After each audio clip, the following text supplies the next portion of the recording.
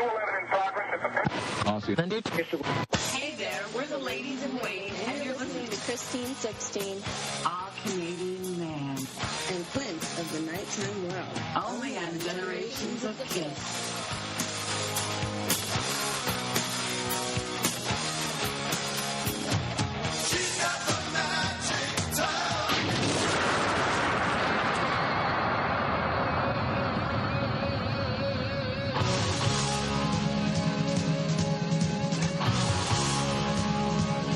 What's up, Kiss fans? This is Clint of the Nighttime World coming at you live with Christine 16, also with All Canadian Men. And this is Generations of Kiss.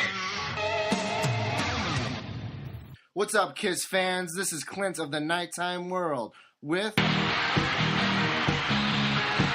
Christine 16. All Canadian Man couldn't be here with us on this podcast today, but he is with us here in spirit.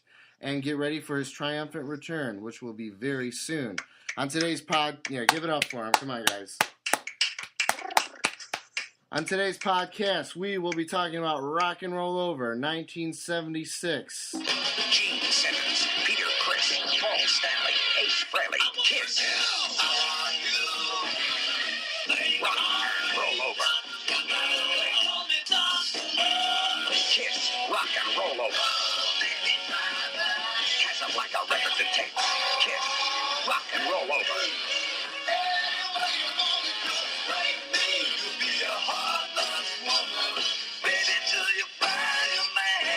We have special guest Kyle Hershon, who is back for the second time.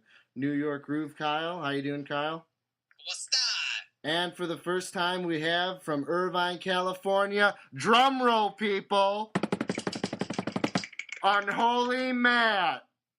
What's going on, people? What's going on? You guys ready to take me? Yeah.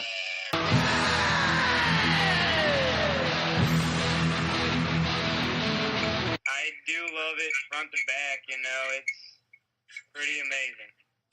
Rock and Roll Over was my first album that I listened to in its entirety, and I feel that it's way ahead of their league. Even though Destroyer was a big hit, I think that this album would have been better.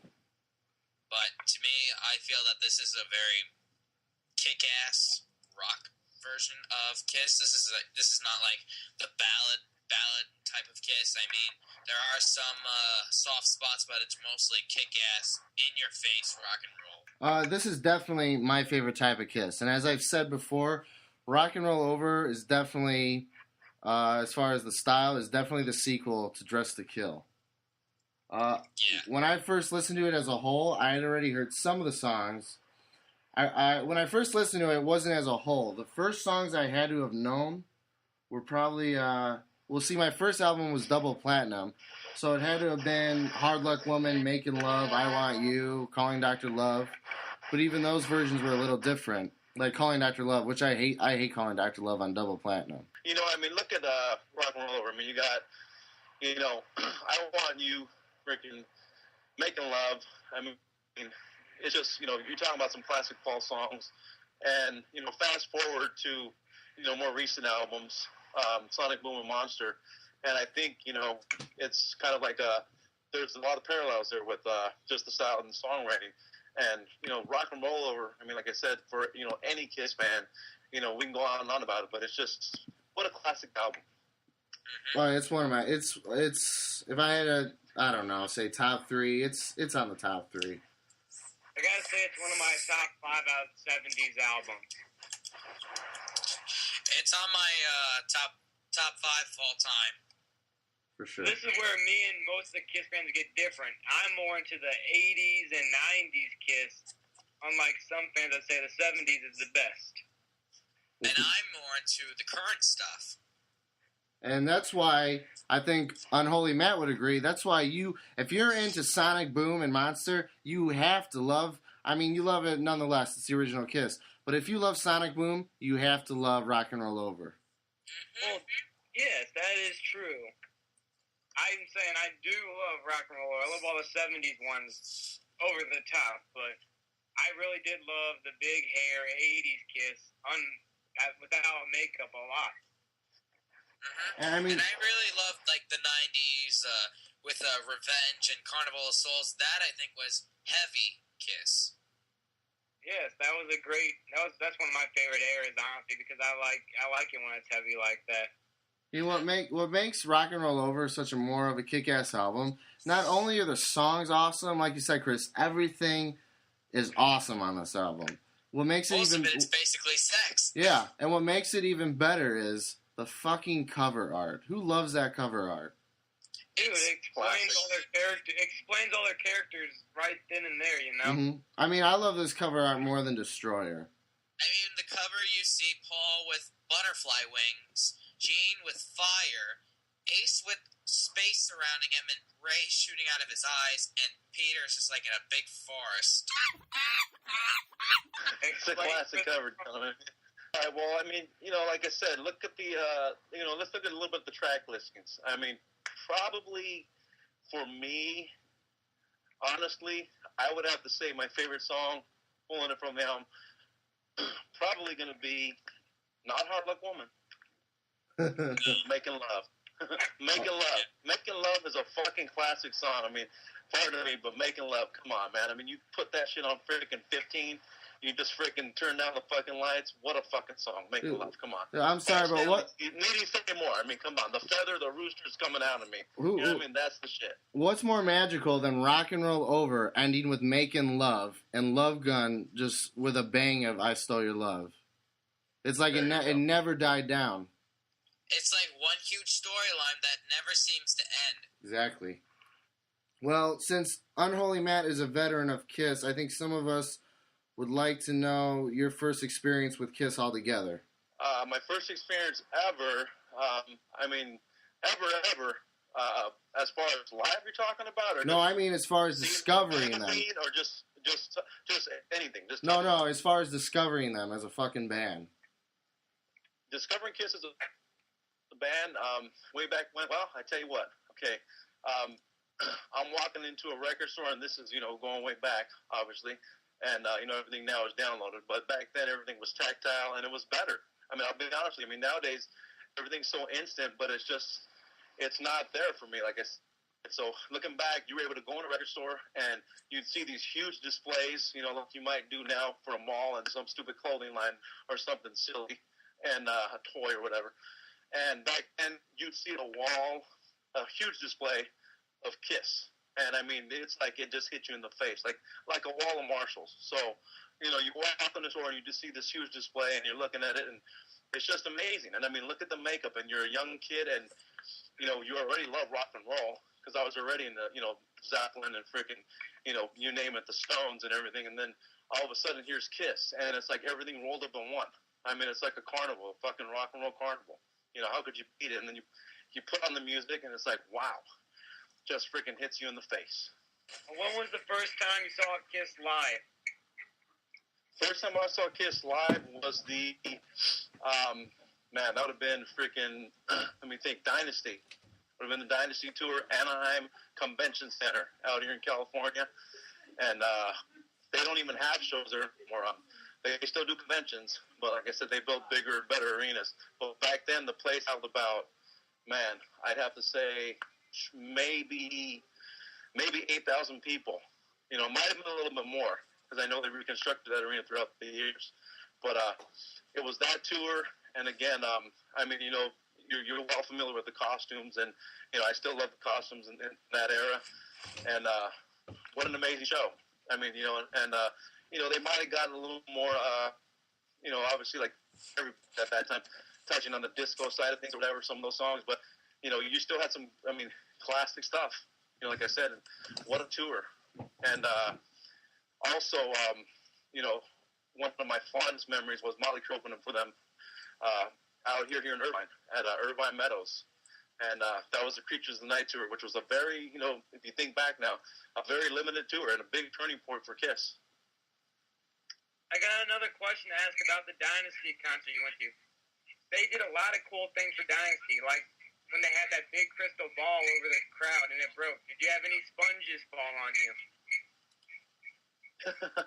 You're talking about yeah, again, touched on the whole disco thing like that. No. Like I said, pretty much my memories are confetti. And like I said, at the time I was, still, relatively young. So I remember my aunt took me to that show, and she didn't want to take me to that show because KISS. What did KISS stand for? Kingdom and Satan Services, right? So Knights of Satan Service, I believe. Whatever, yeah, same difference. So, anyways, like I said, a lot of people just had this whole anti-KISS thing going on. Luckily, I was able to get there, enjoy the show, and like I said, man, just crazy times. I still have the program, which is crazy. Like I said. That's pretty cool. Hey Kyle, how do you Yes. feel? How do you feel going from Destroyer to Rock and Roll Over? I feel that in Destroyer, you're just going to a mad party. In Destroyer, you're going to like the best party you've ever been to in your entire life. And then Rock and Roll Over is basically a continuation, and then towards the end, it's the aftermath. It's just that kick-ass. I love this album way more than Destroyer. Don't get me wrong, Destroyer is one of a kind. It's a very special album. I always say Destroyer, what KISS did with Destroyer is what the Beatles did with Sgt. Pepper's Lonely Hearts Club Band. All right, so do you guys want to go track through track? Let's start with Kyle. Kyle, I Want You. The ultimate beginning, I should say. It starts off nice and soft with the little acoustic thing and the little melody, and then it hits you. I want you, down. You can run, you can hide, but you'll never get away. You can lie every night, but you know you're gonna pay. I want you. I remember cranking that up super loud. My dad wasn't even on the driveway yet, and he pulled up going, "What the hell are you doing, son? I can hear that off in the driveway." Like, Dad, it kicks ass. I want you, man. What can you say? I think you guys summed it all up. I mean, it starts out, kind of just brings you in with a little slow acoustic sounding guitar, and then just, hits you in the face. I mean, I Want You is a classic. A lot of these KISS songs, man, to be honest with you, you have to be compelled to look at them live. And, I mean, you look at I Want You, you look at, Paul playing that stuff live, and, I mean, he just gets, talk about just Paul being Paul, and just his persona, and just the epitome of rock and roll. I mean, I hear people, complain all the time, well, KISS is a gimmick and it's gimmick rock and stuff like that. But you know what? You look at Paul Stanley, you look at Mick Jagger, they're doing the same thing. It's just one's doing it a little more bluesy than the other guy. That's the only difference. Like I said, I first heard I Want You off Double Platinum, so before I knew much about Rock and Roll Over. And the song's definitely grown on me. I always liked the song, but it was more of a like, now it's a fucking love. And the best fucking part of this song is how Paul solos and then Ace solos. I wish they would have done that more. That's just the best part of the song. Next track. Take me, stick your hand in my pocket, and grab onto my rocket. Take Feels me. so good to see you, Lucy. What's I that? was lucky to see that live a bunch of times. They gave us on the KISS cruises. Yeah, they played it like 3 times. 2 times on the KISS Cruise 2 and 2 times on KISS Cruise 1. Well, aren't you one lucky son of a bitch, dude? Mm-hmm. Well, Take Me, I gotta say, it's in my top 5 off of Rock and Roll Over. Just the way it sounds and what it's about, it's just one of my personal favorites. Yeah, definitely one of my favorites. What can I say? It's raunchy, and that's what I love about it. I mean, come on, classic. Put your hand in my pocket, grab onto my rocket.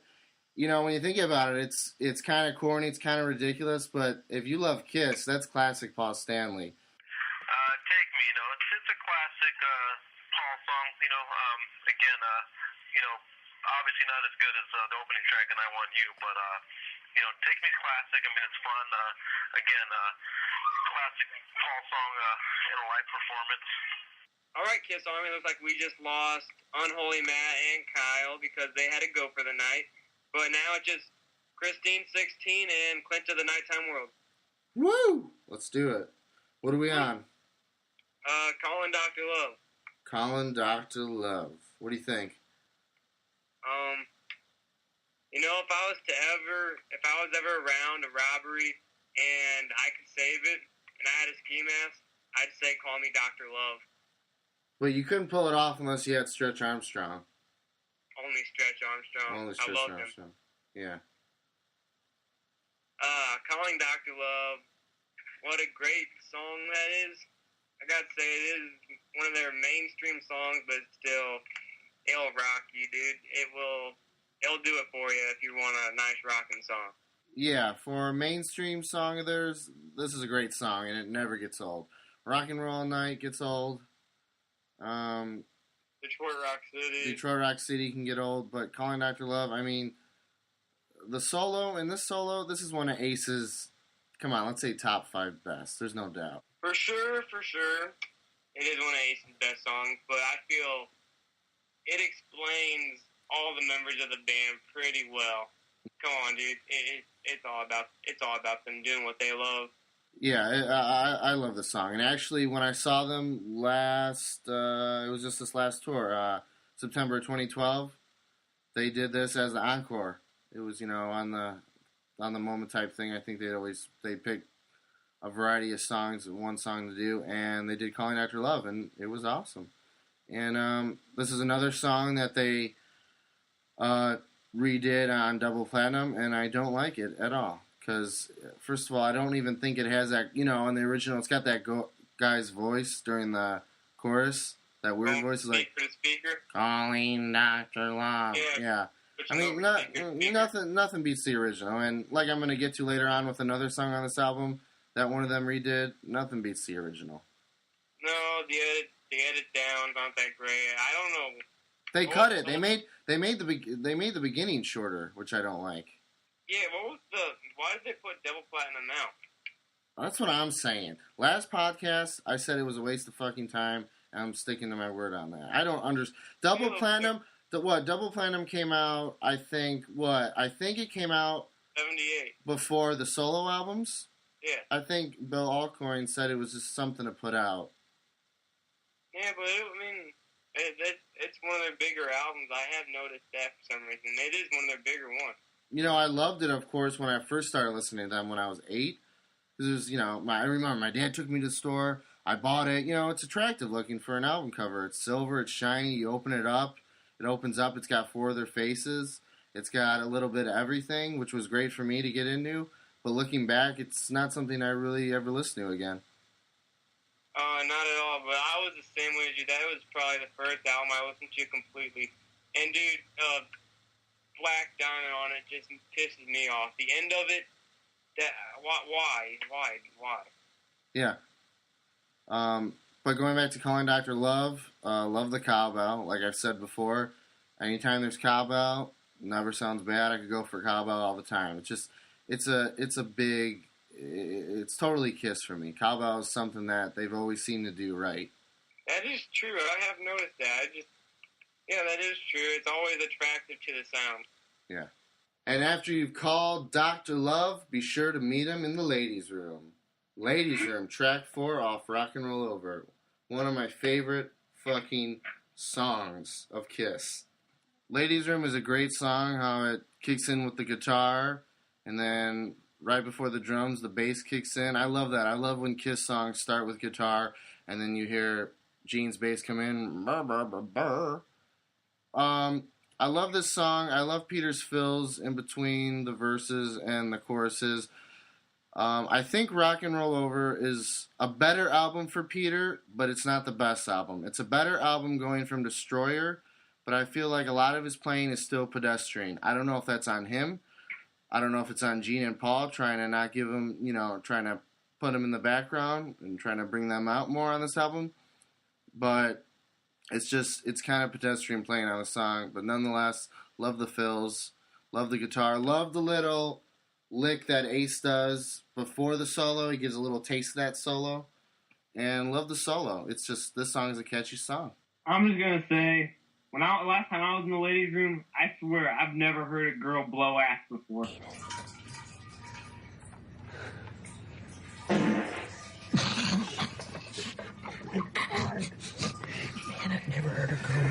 ass before.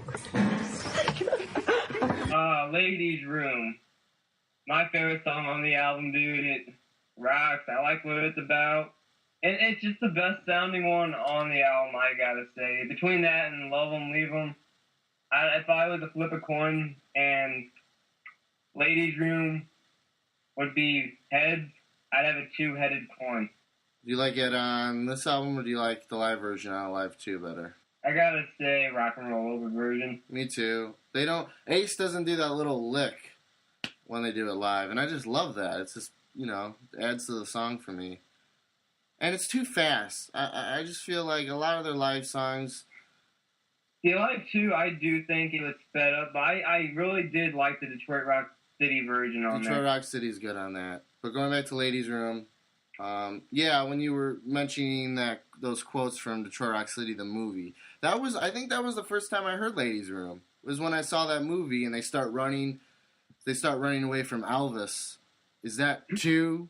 No. Is that 3? Elvis. Is that 3 detentions I smell? Okay, girls' bathroom, 2nd floor. He'll never find us there. And then the song kicks in, and The song didn't kick in until I knocked down all the stalls. no, he was chasing them.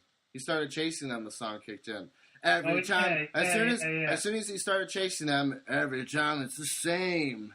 Yeah, then they went to the bathroom, and then... Yeah, and then it dies down once the chick walks in, and then they're talking. Yeah, I gotcha. She farts. She takes a big, nasty dump. Ooh, and I wish I could have smelled that dump. They break the toilet. They fall down. All the stalls come crashing down. She screams. He says he's sorry. They take off. Lady Room kicks back in. Meet you in the ladies' room. I'll meet you, greet you in the ladies. I mean, great Gene song. This is like Ladies in Waiting. Just a great Gene song. Telling her how it is for Gene. For all you ladies out there, if you want to meet me, you know where to be. Well, guess what, Kiss fans? Guess what? We got Kyle, New York Groove, back on the line. Hey, Kyle.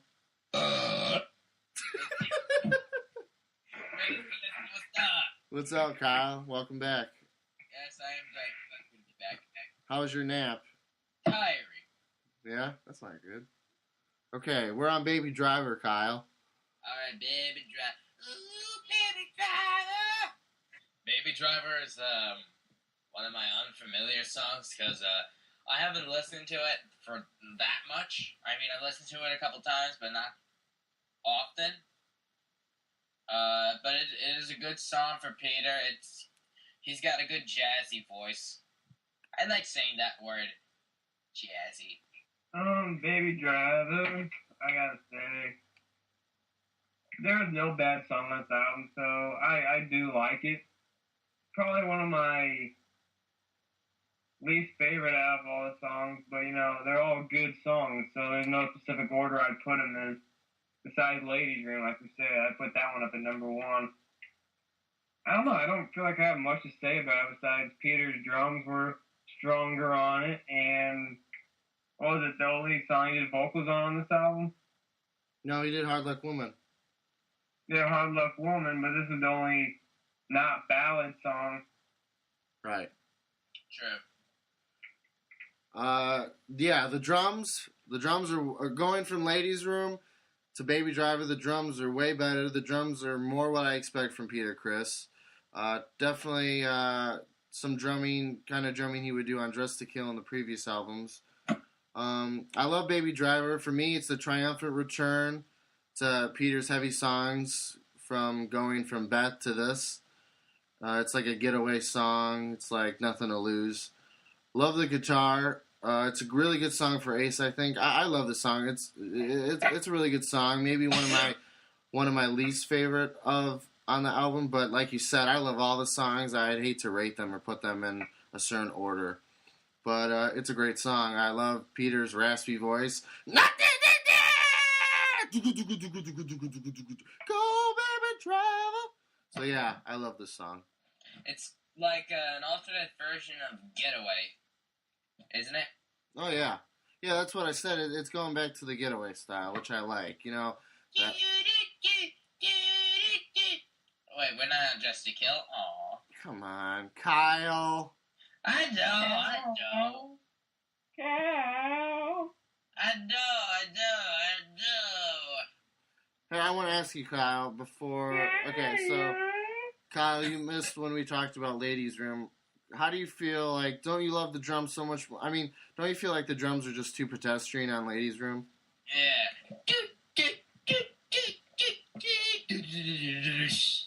Yeah. Yeah, because... You gotta love the cowbell. Oh, yeah, the cowbell. When you hear this, you'll hear how I was praising the cowbell. But, you know... Yeah, I mean, so going from Ladies' Room, The Baby Driver, love he makes up for the drums on that. Love 'Em and Leave 'Em. Maybe my favorite song off this album. What do you guys think?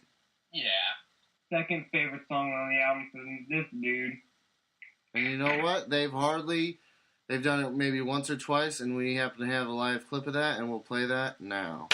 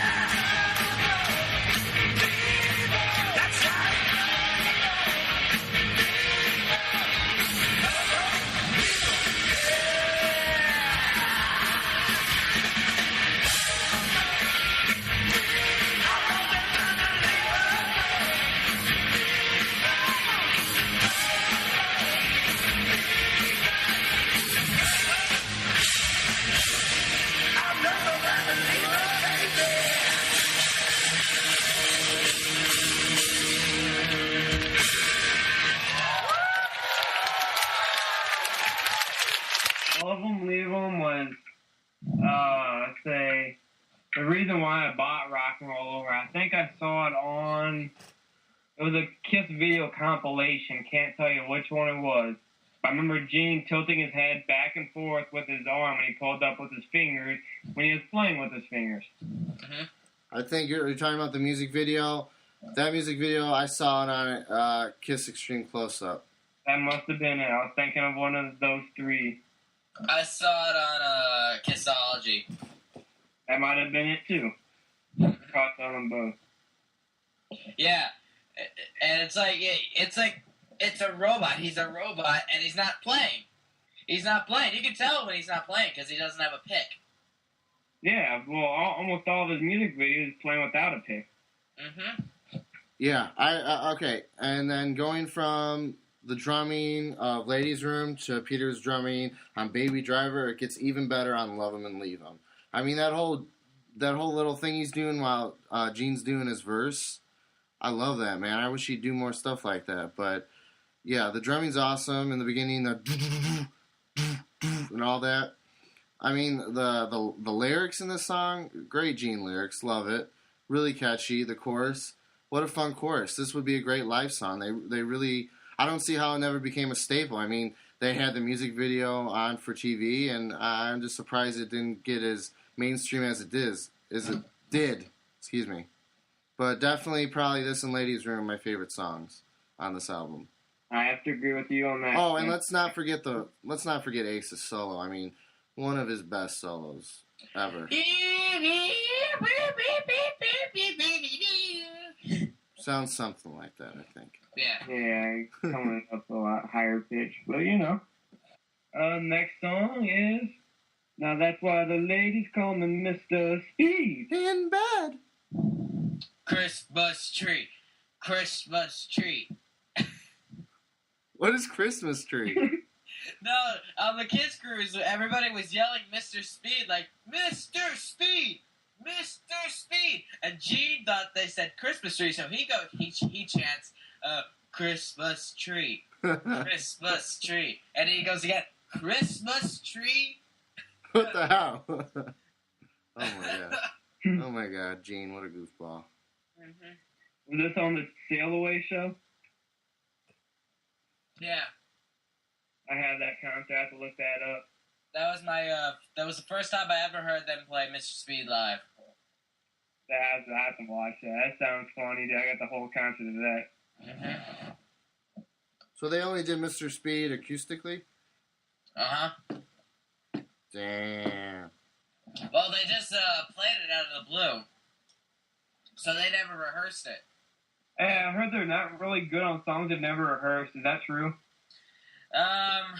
They can be at times, but most of the time they don't. I heard Gene doesn't even know a lot of the music anymore. I'm not lying. I swear I heard that. No, man. Songs he does all the time he forgets. I think he might have screwed up when they were on Dancing with the Stars last year. And it was Rock and Roll All Night. Yeah! Alzheimer's! But let's go back to Mr. Speed. Oh, and before we talk about it, I do have a clip of a guy I used to be friends with until he turned into a douchebag. I have a clip of him doing a cover of Mr. Speed.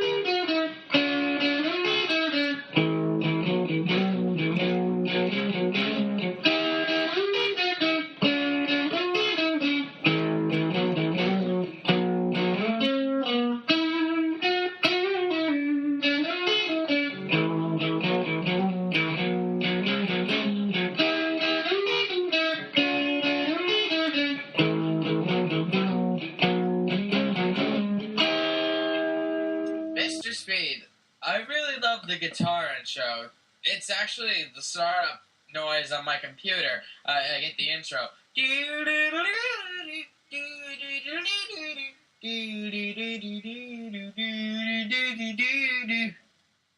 Yeah, you gotta love that intro. If you don't know this intro, then you're not a Kiss fan. Just kidding.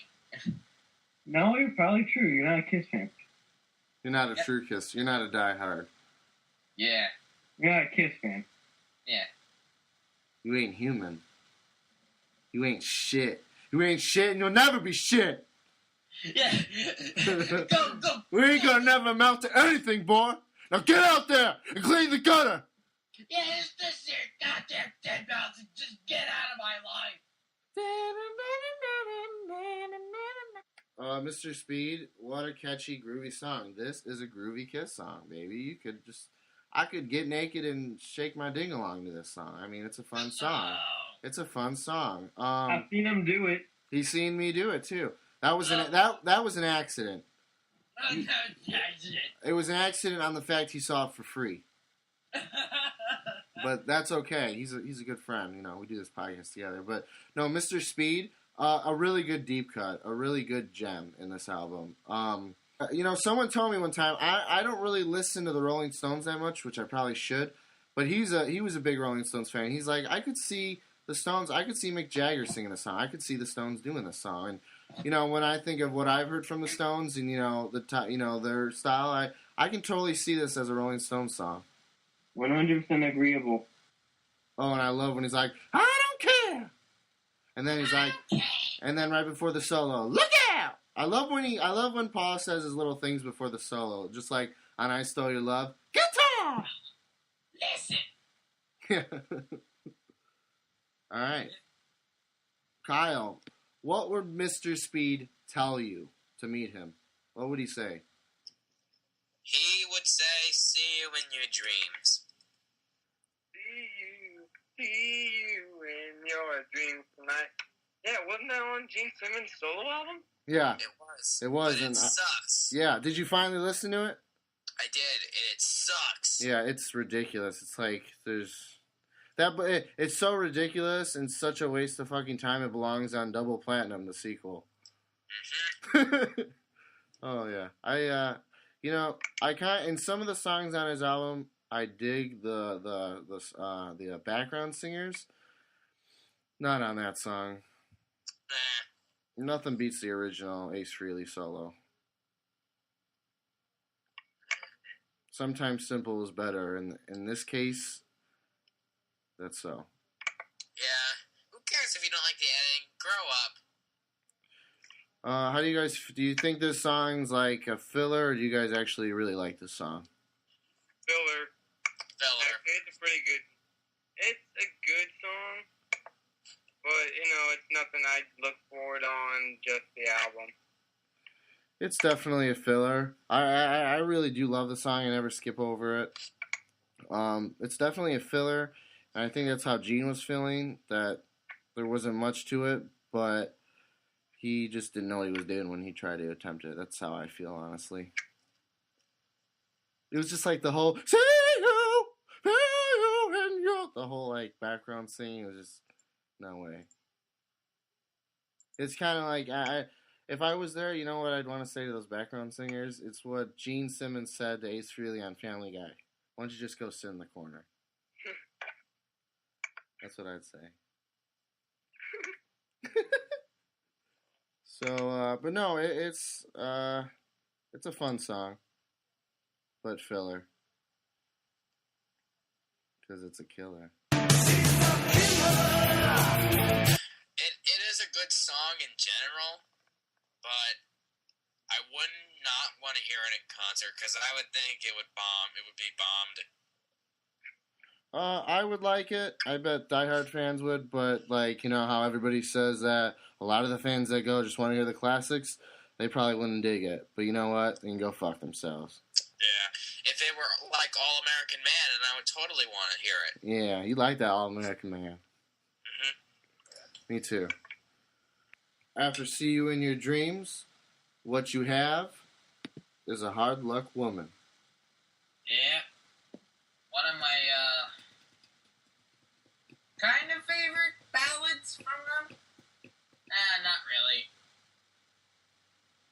I still think Beth is better. Get the fuck out.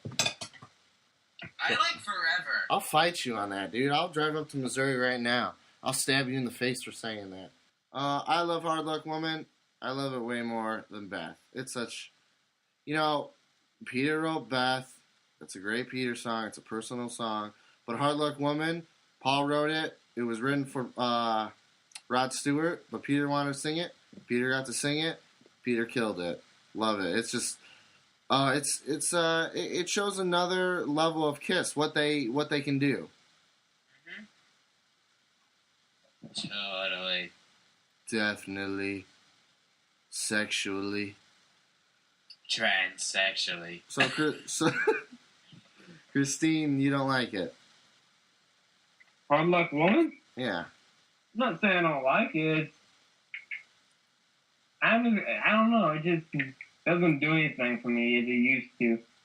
It used to be good, but then it was always hard to choose between that and Beth, you know, and I just think Beth's a better song. No, if I had to choose, you know, if I was stranded on an island with Beth or the Hard Luck Woman, it's the Hard Luck Woman.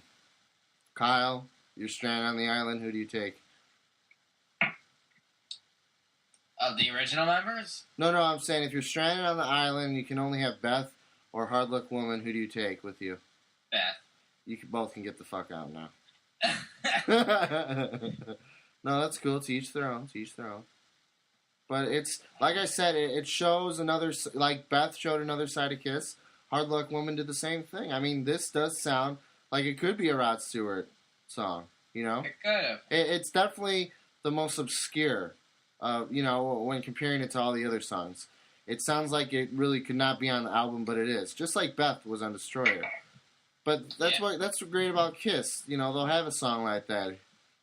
And what are you going to do when you have that Hard Luck Woman? Making love, making love, making love. All night long. I also heard that on the ship. How was it? Because I've heard it was like making love. Did you like it? Because I've heard people say that. I've heard someone say that they can't really pull it off live. What did you think? And this is them saying they couldn't pull it off in the 70s. Oh, they pulled it off, definitely. They can pull it off. People say, "Oh, it's not good love live," but you know, dude,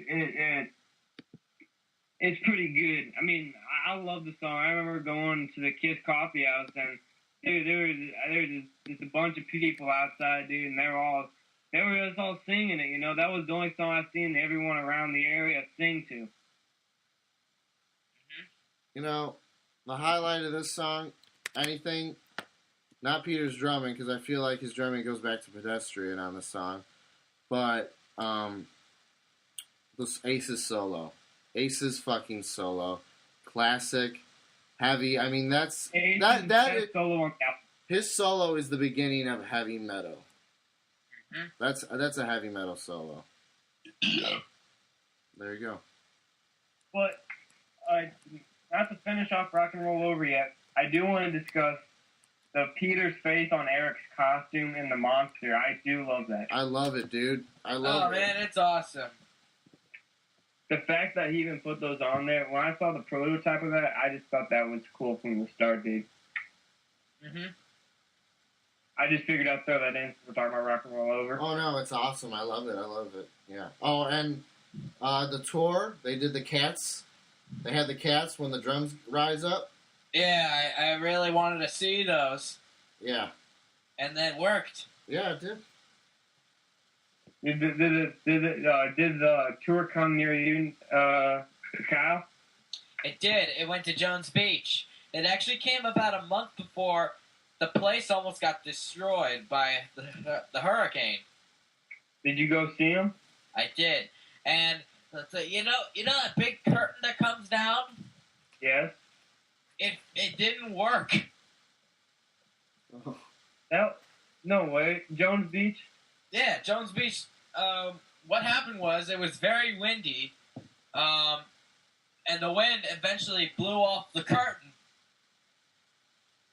Oh, so it blew it off before they came out on stage? Yeah. And when they went dark, Paul goes, "We're gonna do it anyway." And what I mean, he's gonna do the they're gonna go up the light rig and then they're gonna come down again.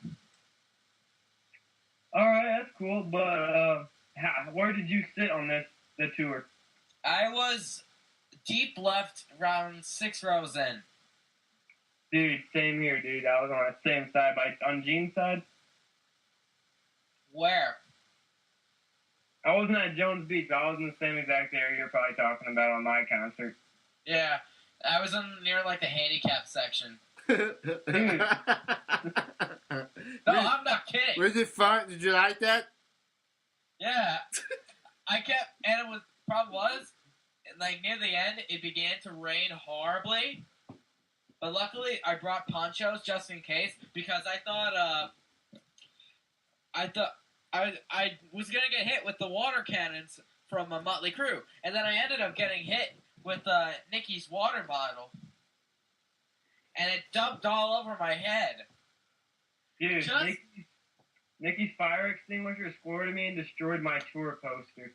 Oh. But you know, that makes it cooler. Yeah. Dude, the dude freaking soaked me. You're kidding me. As soon as I was about to be dry, I got hit with Nikki's water bottle, and I was soaked again. Hey, what can you say, dude? It was fun. Yeah. A lot of people were pissed off because of their cameras. Oh, yeah, I know. It's just like, well, you know, it's what are you going to do about it? You're not supposed to have a camera anyway. You should have prepared for it. Yeah. Great way to end the album. It was, you know, ends with Making Love. And, I mean, in other words, I Stole Your Love on Love Gun is Making Love the sequel. We'll discuss that on our next episode. Yep. All right, KISS fans, that's going to do it for podcast number 5 on Rock and Roll Over. I'm your co-host, Clint of the Nighttime World, with your other co-host, Christine 16, and we all can't wait for All Canadian Man to come back, and we'd like to dedicate this episode to him. And Kyle, thanks for being our guest, and where can the KISS fans find you? You can find me on loveitloudradio.webs.com, or you can check out my Facebook page at Love It Loud Radio. And you can listen to our show at myradiostream.com/loveitloudradio. Yeah, be sure to check it out. It's an awesome show, and he always does requests. I'm always on Facebook to ask requests. All right, rock on. Woo!